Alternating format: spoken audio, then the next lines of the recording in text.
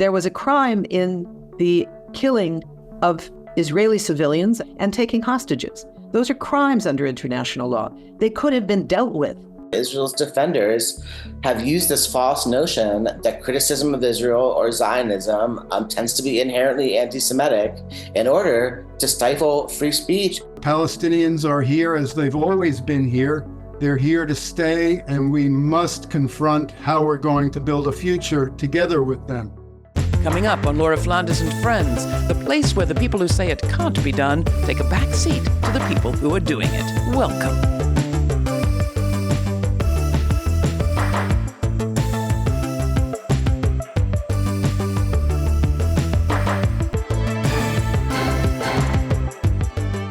It's been a year since October 7th, when Hamas fighters and others invaded southern Israel, killing over 1,100 people, over 800 of them civilians, and taking 251 more hostage.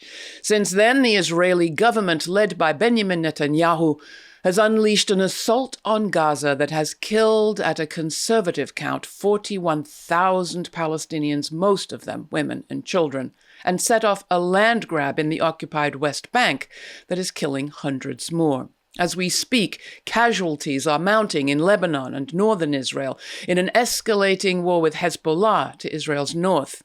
Today, we'll talk with three guests about how the past year has seen real human feelings of fear and sorrow and grief weaponized to devastating effect. We will end in Israel with peace activist Yoav Peck on where all this bloodshed has brought us. But we'll begin in the U.S., where at events commemorating the October 7th attacks, Donald Trump has been claiming without evidence that the Jewish state will soon cease to exist if he is not re-elected president. It's total annihilation. That's what you're talking about, Trump told the Israeli-American Council in September.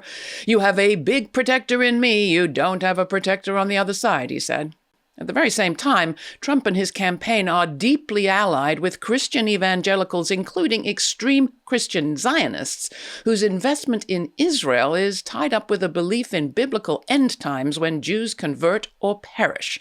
So what is going on? For more, we go to Ben Lorber, a senior analyst at Political Research Associates and co-author of the book Safety Through Solidarity, a radical guide to fighting anti-Semitism. Ben, thanks for joining us. To start, track Donald Trump's relationship with the question of Israel and specifically Benjamin Netanyahu. Go back to 2016 and he cast himself as a kind of neutral guy in the Middle East crisis.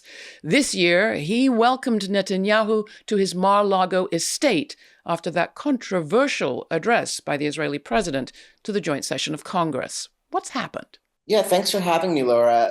Yes, Donald Trump, occasionally makes overtures to the so-called isolationist wing of America first and claims to want to dial down U.S. involvement in overseas conflicts.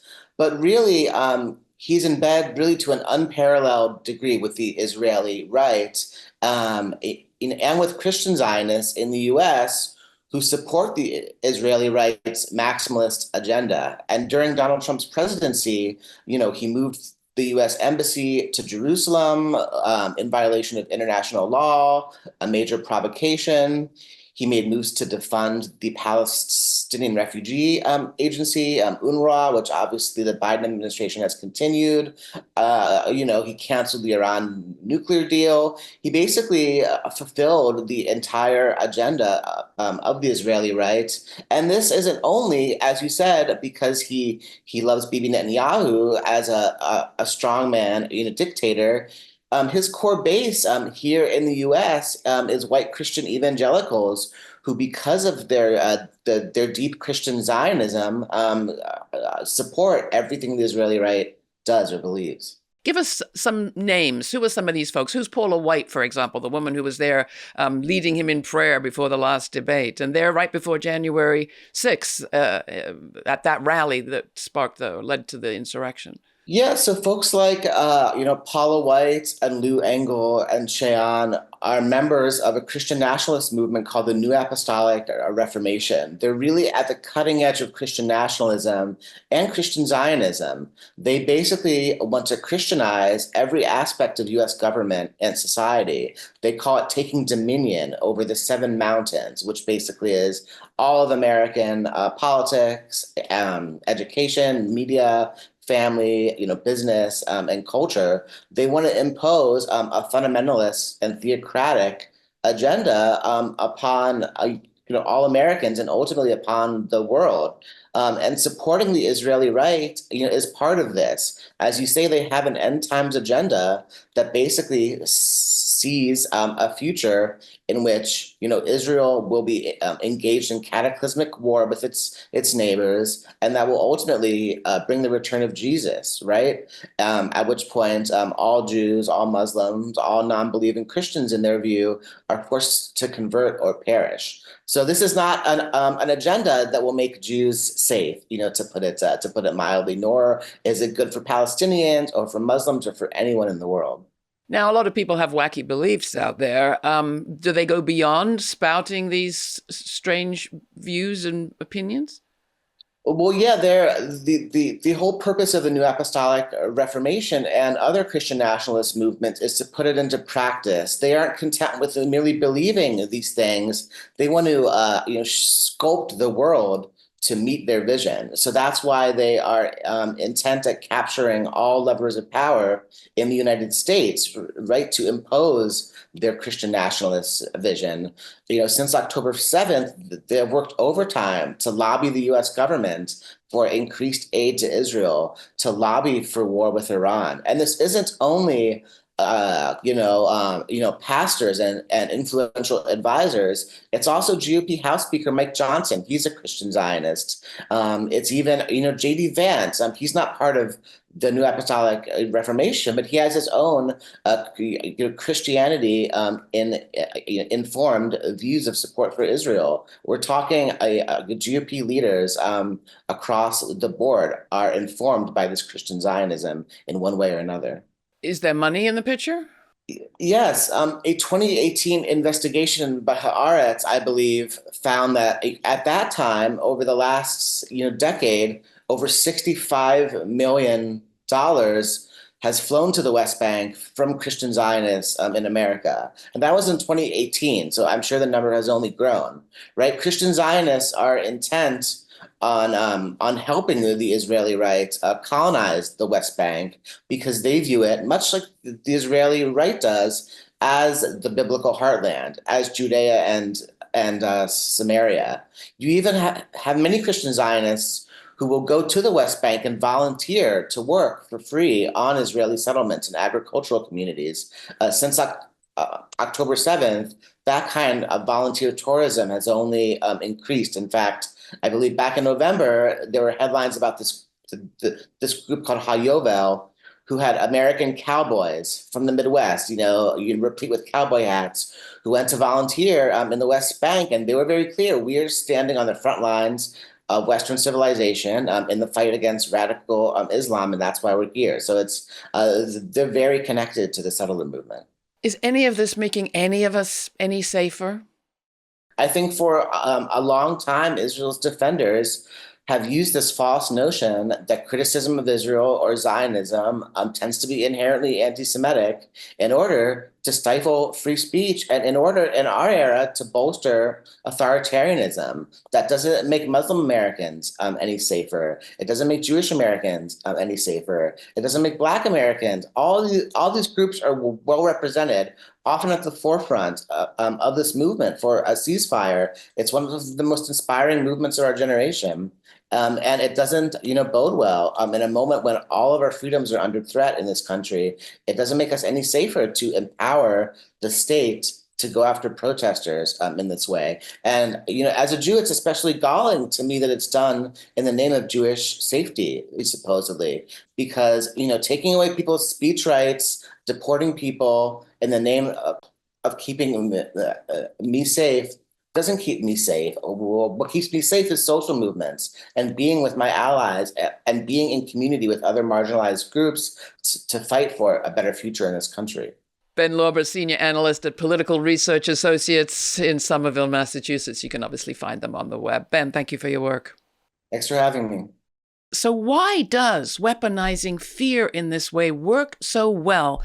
And what can we do about that? Joining me to reflect on that difficult question is my friend Phyllis Bennis, new Internationalist Fellow at the Institute for Policy Studies in Washington, D.C., and the author of several books on the United Nations and the Middle East. Phyllis, you and I have been around this story our entire lives, and yet it seems as if the weaponizing of fear works as well as it ever has. And the ability to stop it seems to be as much as a loss now as it was, for example, a year ago. So I'm coming to you, I guess, with the question, why does it work so well? What's some of the history? And where do you see, I don't know, some ways forward? It works partly because real anti-Semitism is on the rise in this country.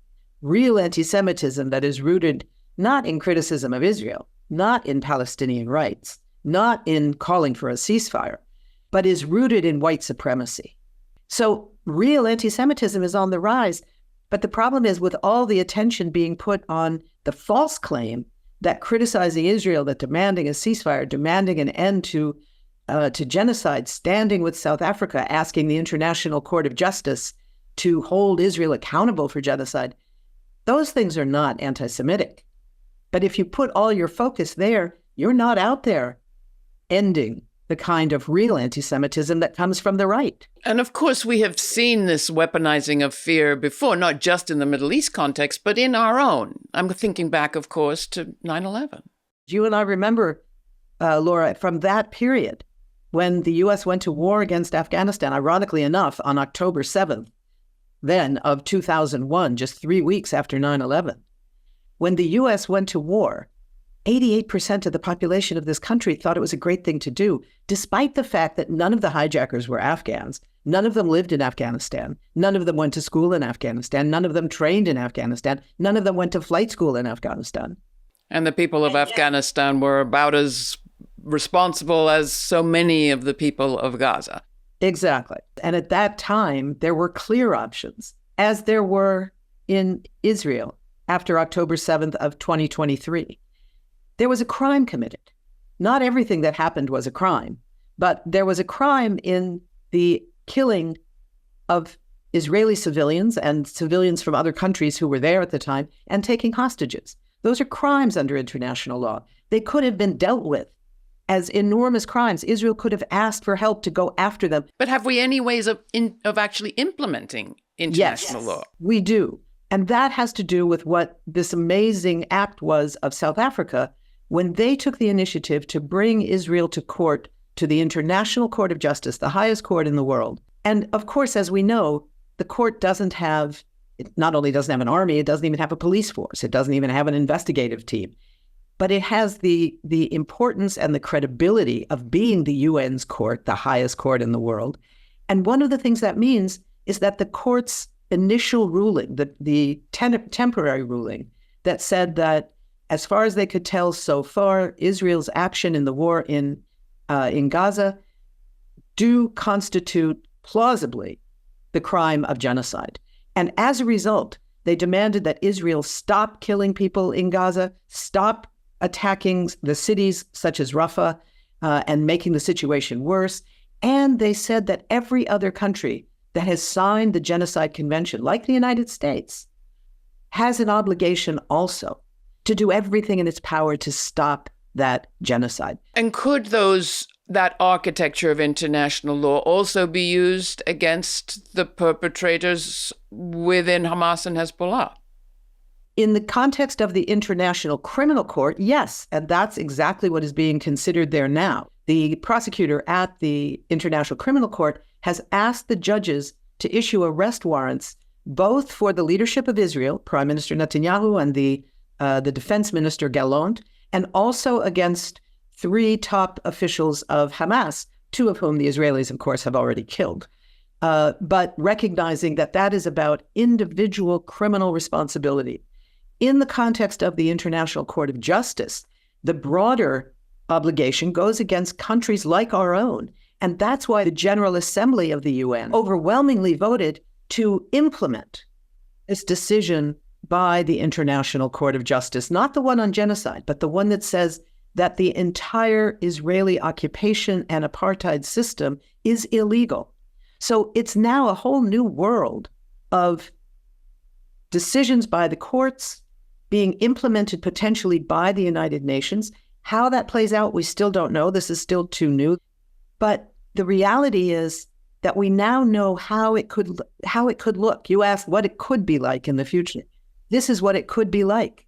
Real law, not some notion of the international rules-based order that we're going to make up as we go along, but existing international law. Wouldn't that be something? Phyllis Bennis of the Institute for Policy Studies in Washington, D.C. Thank you so much for your time and for your work. We end today's program with Yoav Peck. The present brinkmanship is not inevitable. Those in power are choosing a direction, and they hold our lives in their hands, he wrote recently in a blog posting titled Flying Off the Cliff. Peck is an organizational psychologist and Israeli peace activist. Raised in New York, he's lived in Israel for 50 years. We reached him a few days ago at his home in Jerusalem.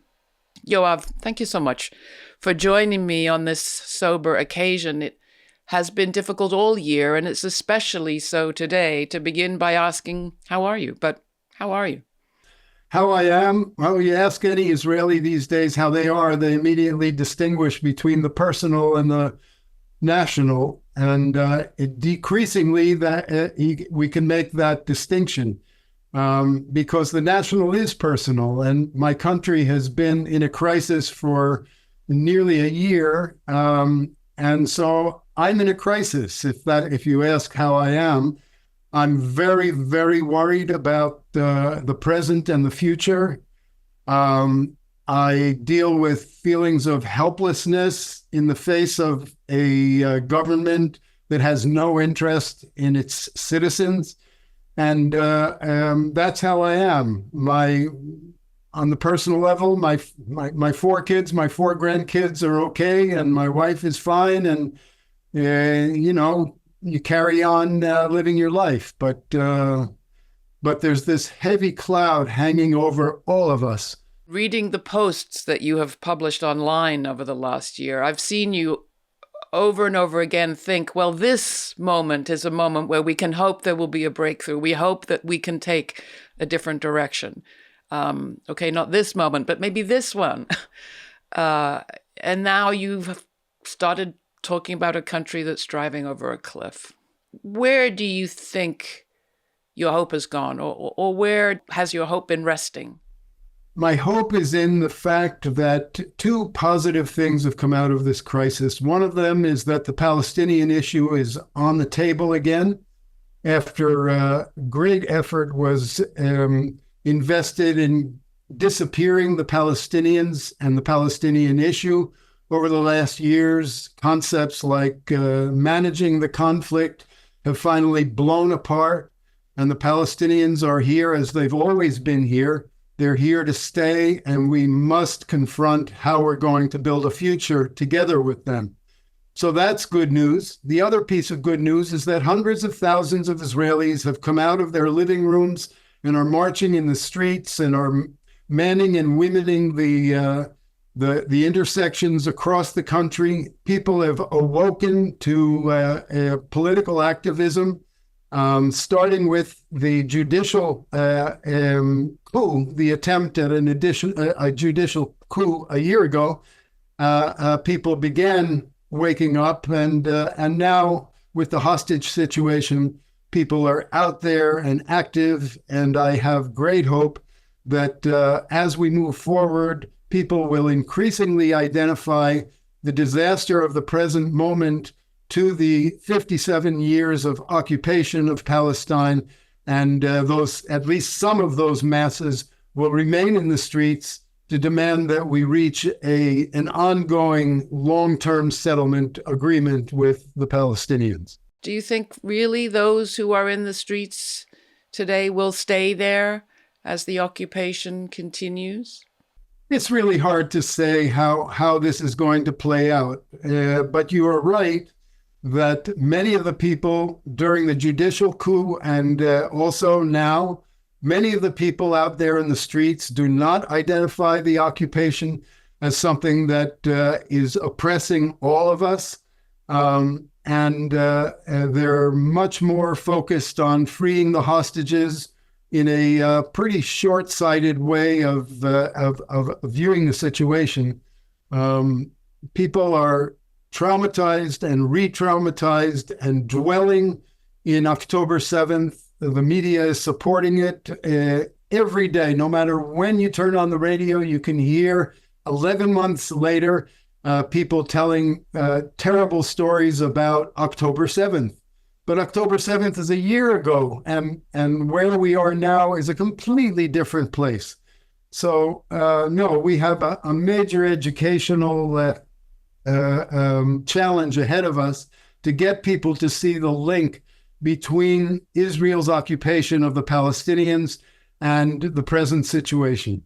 I would hate to be the parents of a soldier today, sending my child off to a war that has no future, no horizon. Netanyahu continues to succeed in keeping a secret about what his plan for the day after the shooting ends might be. And that's because I believe he has no plan. And his plan is for us to escalate and escalate, as you've seen, and now spreading into Lebanon. I am an Israeli, and my son lives on a Lebanese border kibbutz.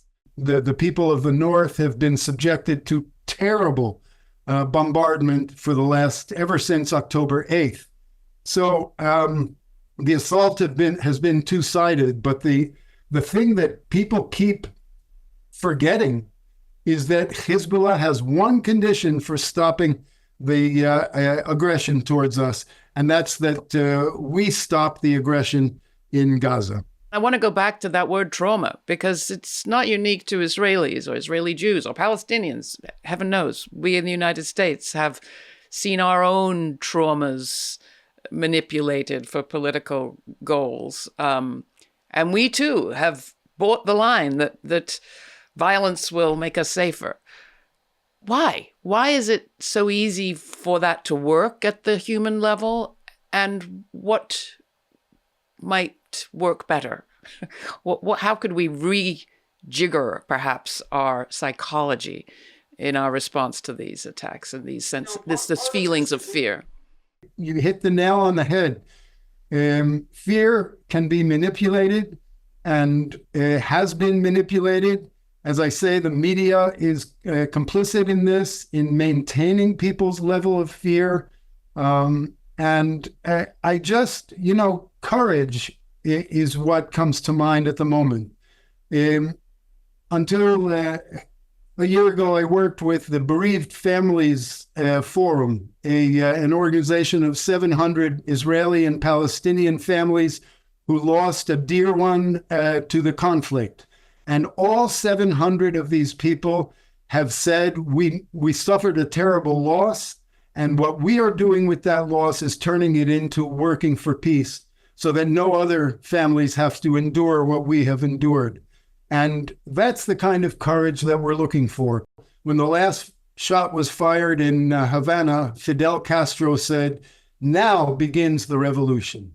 And that's what I'm waiting for. The day when we don't have to hide in our shelters, when we can come out and quietly, cautiously extend our hands to our neighbors and create a new reality here. And it's possible. I want to believe. Yoav Peck, thank you so very much. It's really been wonderful talking with you. Well, that was Yoav Peck, Israeli peace activist. I want to thank Yoav and all our guests today, Ben Lorber, Phyllis Bennis. I'll be back in just a moment with a few thoughts.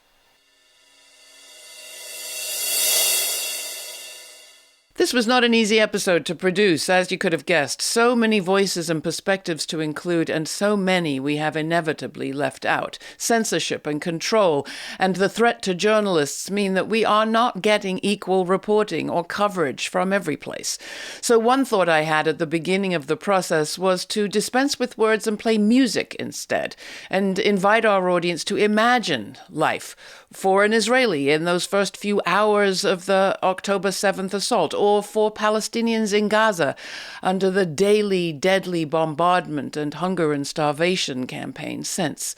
To imagine what it's like for Jews to live under generational anti-Semitism, and for Palestinians to live under generations of displacement and occupation. Can we exercise our imagination muscles to be more resistant to jingoistic leaders who tell us through war we will achieve peace? Can we exercise those muscles to be more resistant to calls for revenge when what we're really feeling is sorrow and pain and grief? Can we? I think perhaps, but those muscles need to be not just of the imagination, but also of the body, acting differently in voting and in working with others and in the street and protest. Can we act differently? I think so, but it will take practice. So what better time? Let's practice. Till the next time, stay kind, stay curious. For Laura, Flanders and friends, I'm Laura. Thanks for joining us. For more on this episode and other forward-thinking content, subscribe to our free newsletter for updates, my commentaries, and our full uncut conversations. We also have a podcast. It's all at lauraflanders.org.